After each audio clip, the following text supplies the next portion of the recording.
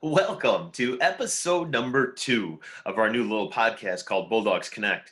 Today, we're going to introduce you to the greatest teammate that you could ever imagine having. Our guest today is none other than the great Tommy Moses. Tom is a legend within our program for what he's done on the field as well as what he's done off the field. The Moses family is probably the most unselfish and humble families you'll ever meet. And today we'll kind of branch out into that Moses family tree and see just how deeply entrenched they are to contributing to the Hamburg community. And of course, we're going to turn back that clock and reminisce about that great 2014 team, how they got to the point where they earned the number 1 seed going into the sectional playoffs. And most importantly, how did that senior class become the most tightly knit, bonded group that we've ever seen go through our program? Okay, ladies and gentlemen, episode number 2 is coming at you right now.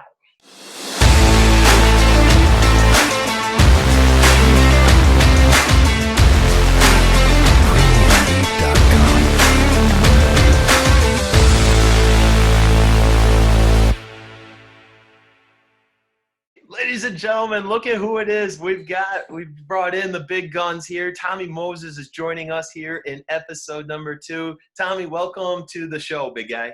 Hey, Coach, how are we doing? Hey, not too bad. We're recording this on the Saturday right after Thanksgiving, so we're kind of in that dual mode of recovering from Thanksgiving and starting to turn the corner to think about Christmas. How did the Moses clan handle Thanksgiving this year?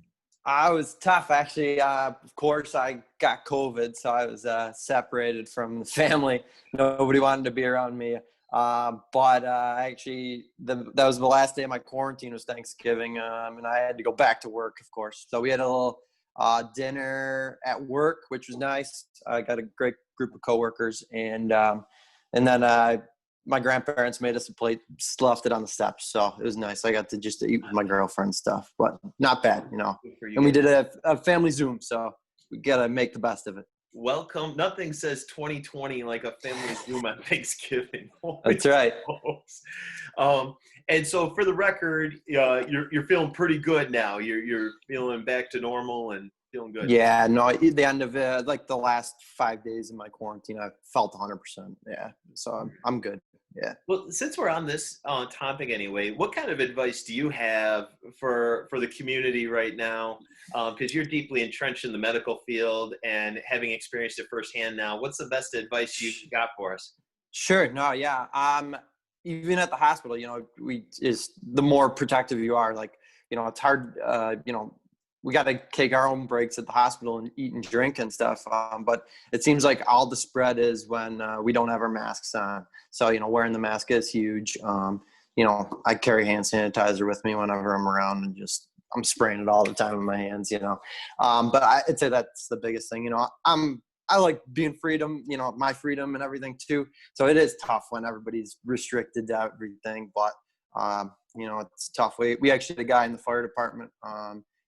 He passed away and he had COVID at the time too, a younger guy too. So it's sad, hits close to home, and then it scares you even more. But yeah, it gets real in a hurry. It gets real in a hurry when you know someone like that. Yeah, absolutely. Sure. Absolutely. Well, we'll try to flip the script to some more encouraging and good sure. memories here today. So you graduated in 2014, and with arguably one of the greatest senior classes we've ever seen go through Hamburg, and we'll dive into them later.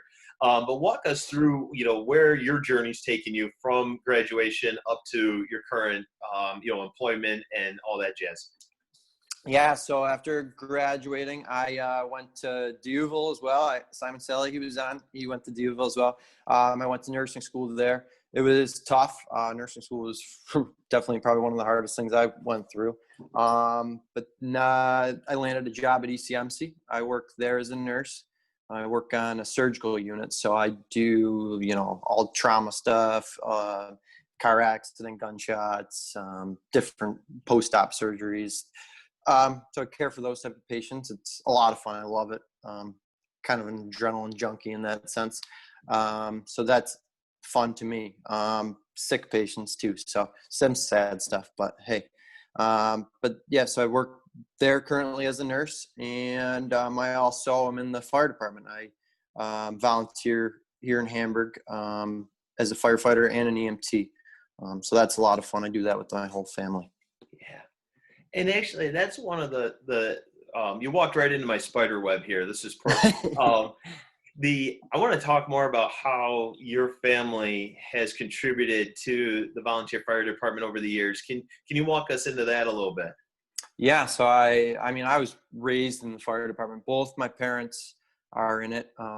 My dad actually is the fire chief, or one of the fire chiefs right now. And then my mom, she's one of the first aid officers. So both in leadership positions there. My grandpa's in it as well. My uncle, and then actually my brother and sister are in it now too. So, we were raised in it. So it's the only life I know, actually. Whether it's, leaving the dinner table for calls, to go help people, that's actually pushed me to become a nurse, was just the thrill of just the sense of feeling you get from helping somebody.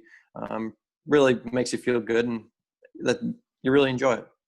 That's amazing. I think, I guess, and luckily, like, I've never been in that situation where I'm on the scene like that, where somebody, I just Sure. don't know how you guys maintain that clarity and that calmness that you need to do. Is that something you've had to practice, or is that something you were just born with, or how does that come to you? It's a multitude of things, because, truthfully, even I see it in the fire department. There's some people that are, I'd say, I want to be on a call with you because, you keep a nice, calm demeanor, versus, some people get a little more excited. But yeah, no, I think the combination of, training, kind of like the military, they'll work out really hard and do like crazy workouts, and then, practice an emergency or something, under pressure. So, like, I don't know, it's a sense of training at the same time. I got to take EMT actually at Hamburg my senior year.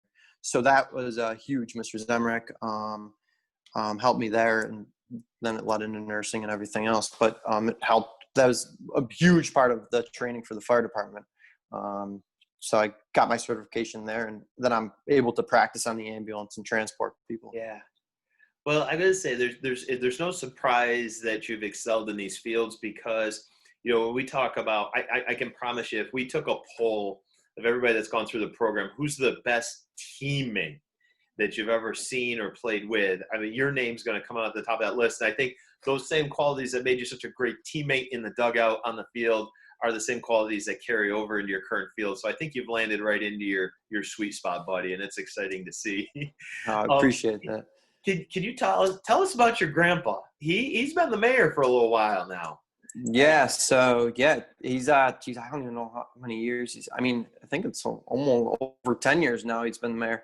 It was like the start of all the roundabouts in Hamburg is when he landed the spot. So it's been a little bit for sure. But yeah, he before being mayor, he was the recreation department leader for the village here, and then retired and got bored. So TA ran for mayor, but he loves it. He's just a people person. He likes, hearing what people think. He's awesome communicator. So I love my grandparents so much. I can talk to him about anything. But yeah, no, he's a great people person. Takes all things into consideration. Stressful for him, absolutely at times. But no, he really does enjoy it. He's actually going to be finished up, I think, spring of 2022. He's going to call it kind of quits and retire. I don't know what he's going to do. He's going to be bored for sure. He'll get his hands into something, but We'll see if we got to talk him into one more term here. We'll see if we can put a little pressure on him here. I know, right? So I think, like, and that's what I really wanted, like, from people that were, if somebody tunes into this episode, and they didn't necessarily know, you and your family before this, I wanted them to really get a feel for how truly important your family is to our community. So you've seen it from every angle. You've seen the good, the bad, and everything in between with respect to our community. What makes and this is going to be a tough question. What is it that you think makes Hamburg such a special community? It's awesome. I think the time and talents that people kind of give back to their community, I think, is huge. whether it's just volunteering for a committee of some sort, helping run fundraisers. It's kind of sucks to be the person that's behind the scenes doing it, to put on a show for everybody so they can have fun. But all those people that do give back and put their time in to help run, whether it's the music fest or raffles that are around town, and all the different businesses, the small businesses. We have so many great restaurants. The village life it's so nice that you can just sit uptown and relax, or have a drink out at one of the restaurants, and everybody's calm, cool, collected. It's such a friendly village. It's awesome. It is. I'm going to tell you what, I'll put our village up against any village in the state. That's for sure. Yeah, for sure. And it's kind of funny you mention that. Like, I know, like, if there's an event going on in the village, like you said, whether it's Music Fest, Oktoberfest, whatever it is, I know when I'm getting in my car that I'm going to run into you and your brother and cousin Connor and the whole gang. And I really wanted to pick on Connor here tonight because he went to St. Francis, but he's such a good dude that I can't even, like, pick on him that much. So, like, when I see you guys out here, who are some of the former teammates that you stay in contact, or hang out with the most in the village? Yeah, my class was huge for baseball. I mean, there was probably 10 guys. Mm-hmm. I mean, at least, I don't even know. I mean, I got the picture here actually of the team. I was looking at it as I was prepping for this. But no, yeah, I'm really close with Brett Ross, Brennan Maurer, Brian Birmingham, Danny Harrington. Those guys are in, my core group from the baseball team, I'd say. I hope I'm not forgetting any of them. Who's the first one that's going to get married in that group? Oh, geez. I don't know. I mean, Rossi's in a serious relationship now. So I don't know who's from the group is. It's tough. We can start handicapping the odds here on each of these guys because I think they're all making a push to one extent or the other here. We're all starting to grow up. Yeah, it's amazing. Well, I think this is the perfect segue here. We'll start to turn that clock back. And the first really magical thing I remember from your high school playing days is that tremendous no-hitter that you caught for Kyle out at Will South. Show folks that picture. This is good stuff. Yeah. I know Mike Petro was really working the sports section in the Sun back in the day, and he captured that great picture in that great article. What do you remember about that day? Oh, gosh. Well, we were playing Will South, so, geez, I mean, that was one of the good programs for sure when I was playing. It still is, I would think, right? Mm-hmm. Iroquois, those were like the big schools, in our division that we look forward to play to put the test. But no, I mean, Sickau, whenever he gets in the zone and he's fired up, I caught for him that game. I think his curveball was on that day. When he's in the zone, it's just a fun game. It was a tight ball game too. But we had a lot of, I think, big plays in the infield too. Everybody played really tight. It was just a super clean ball game. Close one too. I forget the score, but whenever I got the catch for Sick and he was in the zone, that was a good game. That's Sickau, he's going to go down as one of the greatest pitchers in program history. There's no doubt. And you just had that feeling with his curveball. Anytime he took the mound, a no-hitter was on the, within reach. It was just a matter of, I think like most no-hitters, you need one or two maybe lucky plays mixed in there, and as long as he did that, he had a chance. So that was pretty cool. So then, so that was 2012, I want to say. So then 2013, you're a junior on the varsity team. Talk about the seniors that year that led the group and the experience that you had in 2013. Yeah. So that year was T-Shaw, Pally. Those guys I remember them in the outfield, a lot. So I had a lot of fun with them. Tuttle. Geez, I'm trying to think who else, but those were the, and Cassangay actually, yeah. Geez, those guys were the core guys that were there. Cody Cooley too. Geez, my best friend and neighbor growing up. Yeah. but no, yeah, those guys. So a lot of talent there. Yeah, they had a lot of fun too. So it made practice easy. It was easy to come to practice and have a good time. But yeah, we went to Myrtle Beach that year. It was cold, very cold, rainy. It was a good time. Speaking of rainouts, can you confirm or deny the rental of some scooters? We were in a kind of a sketchy area too, if I remember correctly, there in Myrtle Beach. I don't know who planned that out, but no, yeah, I forget who, but there were some mopeds, if I remember correctly. And they were going faster than 5 miles an hour, I believe. Oh, yeah, I would say so. Yeah. I would say so. Yeah. Yeah. I don't want to throw anybody under the bus, but usually, a Brett Ross was involved in something like that, probably. Of course, T-Shaw was at the heart of that. Yeah. We're glad you guys didn't end up in jail. So we kind of, and that group, there's no doubt, they had a good deal of winning, made it to the sectional finals, had an epic battle with a great Will Self team led by Damian Powers. So then we roll that into your senior year, 2014. Tell us about the expectations going into the year, and what do you remember about that season? Yeah, going to sectionals the year before was a lot of fun.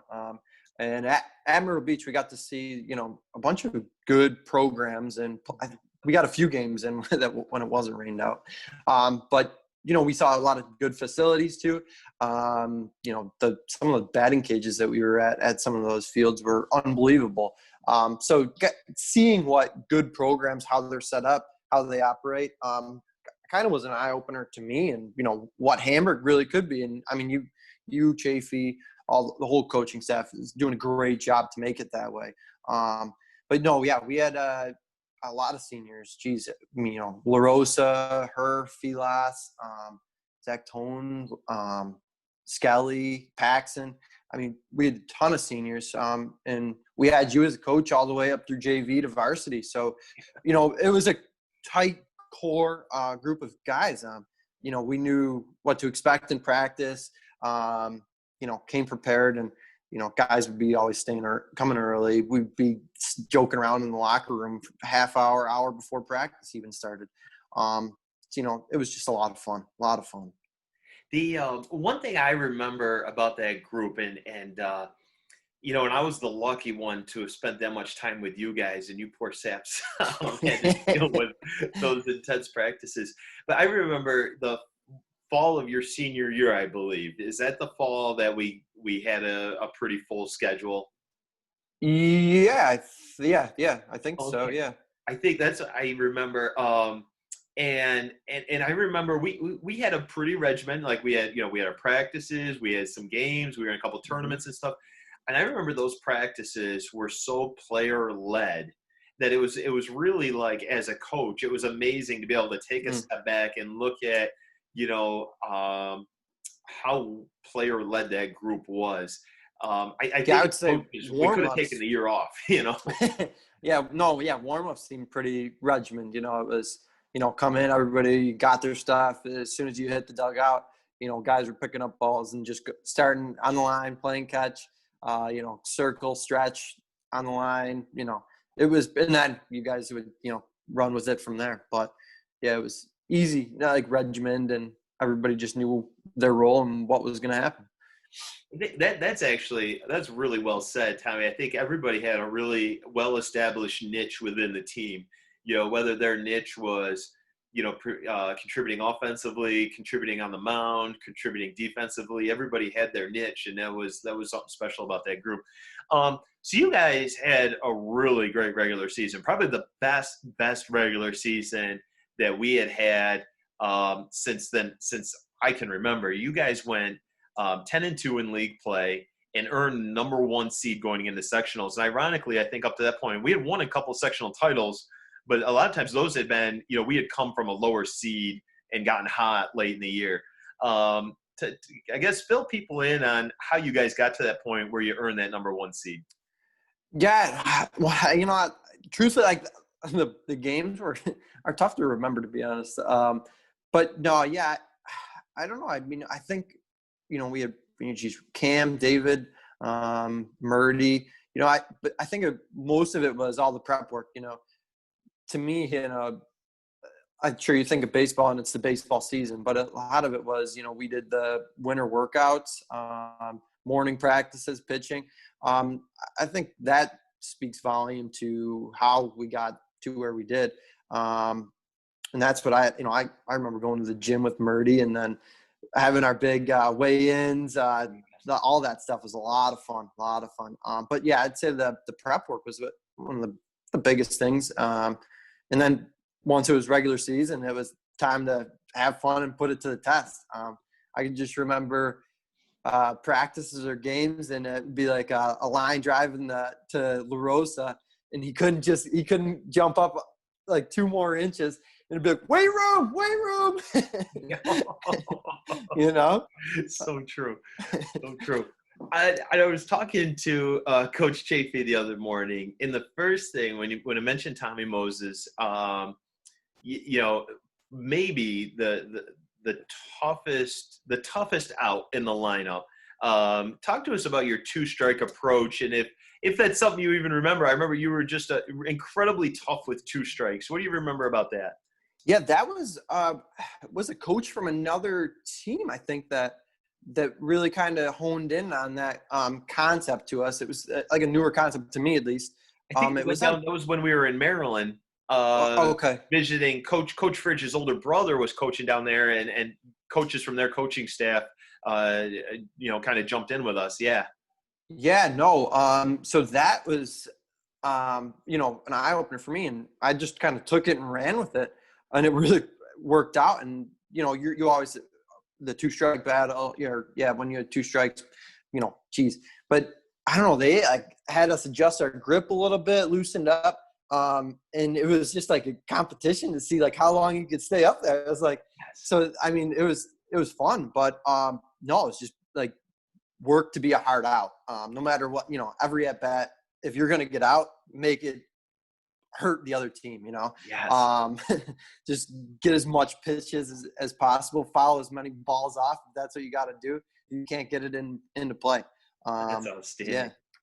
Yeah, and then I guess the last thing I want to hit on here, because we could make this a 2-hour episode, and I want to be respectful of your time and whatnot. So you came up into the program as a catcher, and then made an incredible transition to right field. Yeah. What were the highs and lows, and how did you make that happen? Because not just anybody could pull that off.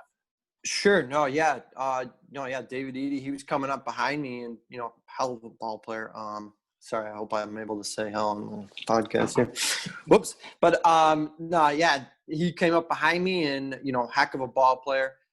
So, yeah, no, kind of was like, shoot, he's coming up behind me. So we made a little adjustment, and I think that spoke volume to our whole team, though. We had so many great guys, and, make the adjustment. If you want to be in the lineup, you got to do what you got to do. It's competitive, but hey, we had great leadership in the outfield with, T-Shaw, Pally, when making that transition. Rossi was over and left. So, there was, practice, it was so easy just jumping with those guys. And, you guys are great as coaches too. So it was easy to make that transition. But you got to do what you got to do to get in there and get playing time for sure. But, I was right there behind David if, something were to happen, Yeah. It was a great relationship, It was amazing. And that's one of the challenges, was coaching, and you're like, all right, how do we get our best 9 on the field together in a complementary way?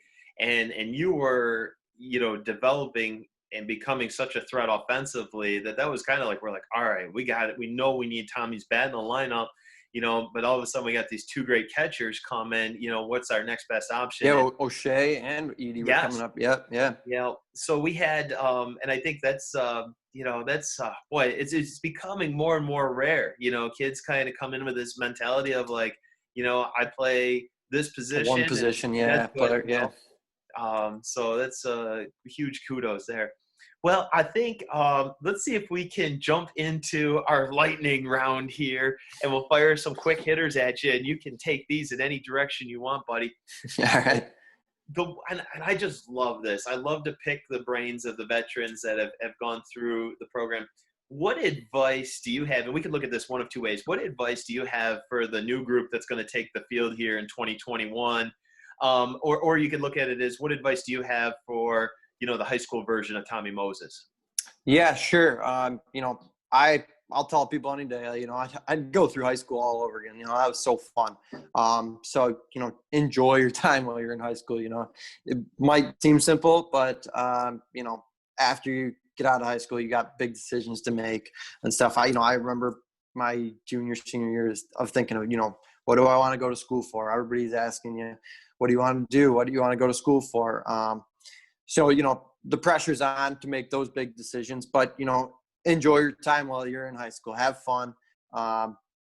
It's easy to not do the optional workouts and stuff, but, that's where some of the best moments are with your teammates, and you really just have fun with each other. So, I'd say, yeah, just have fun, enjoy it while you're there, and take the opportunities when they come. You never know what a relationship, meeting somebody, it's going to lead into things, and, it potentially could land you a job later. That's awesome. That's good stuff. I'm really interested to see what your thought is on this. Who's the most underrated teammate that you played with during your high school career? Geez, I'd say, it's probably Ross, just because I love the guy.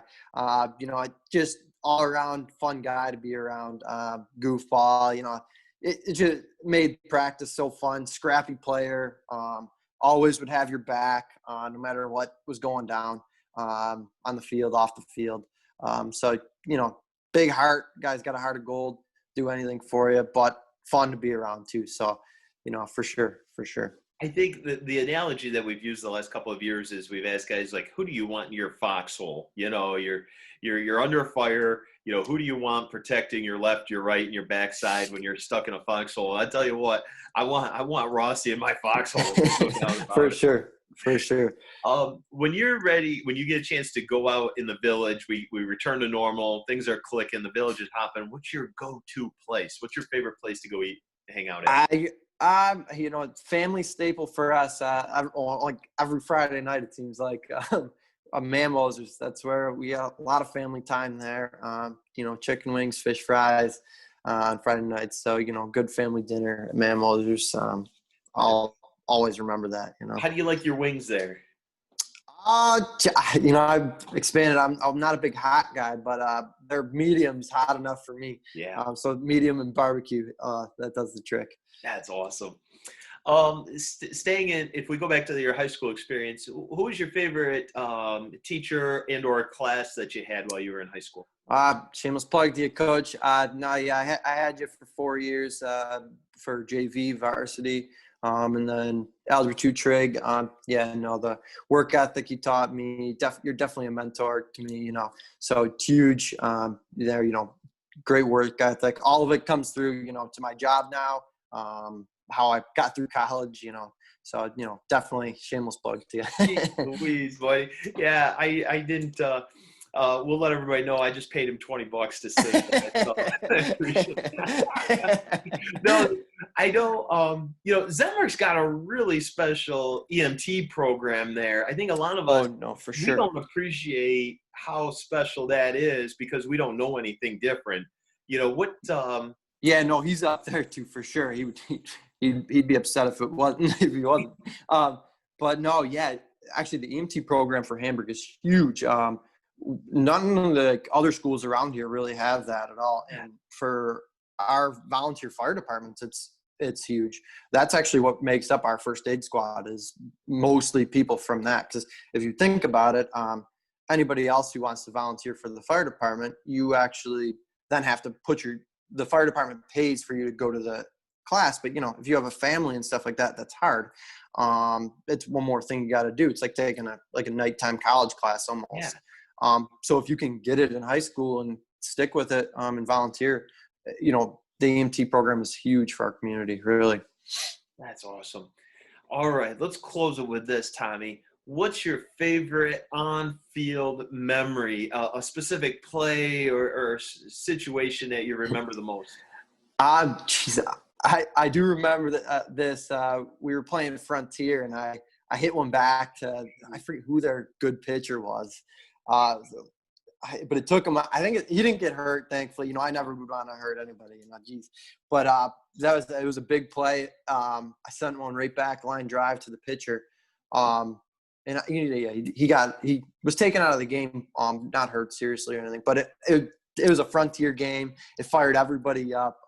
It was kind of a turning point in the game. So I remember that pretty clear. Absolutely. I was drawing a blank because I could picture the play like it was yesterday because I was coaching first base, and I remember, talking with you there when play had stopped and they were checking him out, make sure he's okay. I think his name was Christian Young. Yeah, that's right. Yep. He's made it pretty far too, didn't he? Yes. He got drafted very high coming out of NCCC and had a tremendous career through there. So that was obviously one of the better pitchers in Western New York, and you hit an absolute bullet. The faster it comes in, the harder it goes out, and it was absolutely a huge pivot point in that game. So, oh boy, Tom, thanks so much for jumping on with us here today and helping us get this new podcast launched, and hopefully this will spark some really good conversations amongst the boys as we reminisce about some really, really good memories, buddy. Yeah, for sure. And a little plug for the fire department too, if you don't mind. If anybody ever wants to volunteer for your local fire department, it's huge.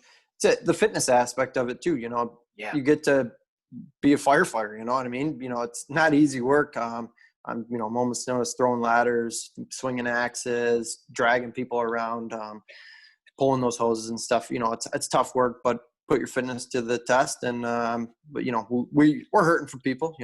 Everybody. So you've got the fitness component to it. You've got the fraternity part. You've got that. The brotherhood, yeah. Mm-hmm. And then of course you've got the most important is you've got the self-satisfaction of contributing and saving lives. That's the trifecta, so to speak, I think. Absolutely very rewarding. Yeah, tough at times, but we got a great group of people, so tough call or something like that, talk it out, and we get through it. But that's a part of the brotherhood that makes it great. Yeah. Well, hey, buddy, tell your family we said hi, and we look forward to catching up with you here when things kind of return to normal, and we'll share a drink of some sort there. All right, sounds good, Coach. Let's make this famous. Let's get this out there. Yeah, let's pump it out there, baby. All right, see you, buddy. Take care. All right, Coach. Good talking to you. Yeah.